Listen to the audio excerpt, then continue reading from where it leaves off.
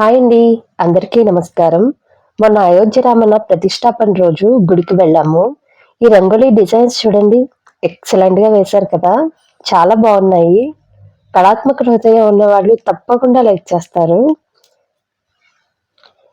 ఇది నేను వేసిన రంగోలీ డిజైన్. ఎలా ఉందండి? మార్నింగ్ నుండి కూడా అంతా పండగ వాతావరణమే. మా రామాలయంలో ప్రత్యేక పూజలు, రామ సంకీర్తనలు, భజనలు, ప్రవచనాలు, జై జయధ్వానాలు, ఇలా అంతా రామమయం. జగమంతా రామమయం. ప్రతి ఒక్కరూ రామనామ స్మరణతో ఆ రామచంద్ర స్వామిని స్మరిస్తూ తమ భక్తిని చాటుతుంటే త్రేతాయుగం నుండే ఆ సీతారాములు కదిలి వచ్చారా అనిపించింది. రామ జన్మభూమి అయిన అయోధ్యలో కనీ విని ఎరుగని రీతిలో ఆలయాన్ని నిర్మించాలన్న భక్తుల కళ ఇన్నాళ్లకు నిజమైంది. 500 ఏళ్ల తర్వాత రామజన్మస్థలంలో గుడి కట్టారని, ప్రతిష్టాపన చేస్తున్నారని ప్రతి హిందూ బంధువు మురిసిపోతున్నారే. ఇది అంతా ఆ రోజుకే పరిమితమా? మనలో జాగృతమైన ఈ రామభక్తికి తొలియే గాని తుది ఉండకూడదు.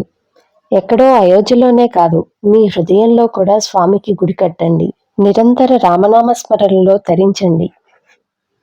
ఈవినింగ్ 6 గంటలకు మా రామాలయంలో సహస్ర దీపాలంకరణలో పాల్గొన్నాము. కన్నుల విందుగా చాలా బాగుంది. మీరు కూడా చూసి తరించండి. వీడియో నచ్చినట్లయితే లైక్ చేయండి, షేర్ చేయండి. మరి నా ఛానల్ని సబ్స్క్రైబ్ చేసుకోండి. జై శ్రీరామ్.